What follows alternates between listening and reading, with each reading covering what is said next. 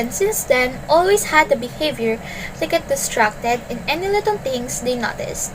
I also experienced that way back then when I was a kid and my mom told me so. It is hard for them to cope up and be attentive to a certain object that they don't find fun and enjoyable to do. They are still too young to be responsible and understand the importance and significance of studying and learning in school, which makes it more difficult because it is distance learning.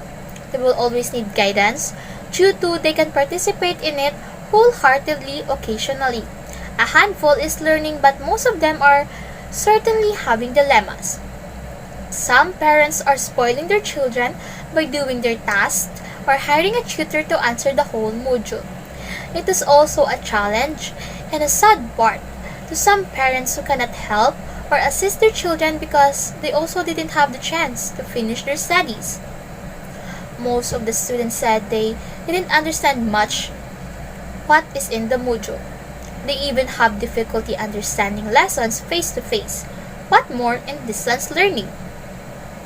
Children need to have social interactions and physical activities at their age because they will tend to be shy and didn't know to express themselves in front of other people if they didn't do mistakes and learn from it. Lastly, having complications to stay connected at all times for those who don't have a reliable source of electricity, internet, and finances to sustain the bills might be outdated to the task. Teachers also find different or various ways how to keep the students engaged in distance learning. Example, personalized Google Slides that are composed of superheroes, themes, or situations in math problem that have their names to keep them attentive.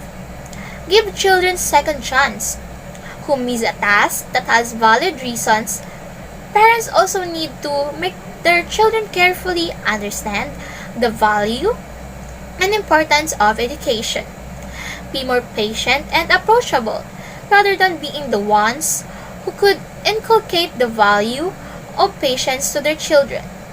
Correct your children's bad attitude and behavior. Don't tolerate things that will harm or make them a bad person in the future. Always communicate and ask questions to them so they will develop a reproductive way of thinking, resolve and settle problems of their own. That's all. This is Kristen Asgalaher of Great and Earth.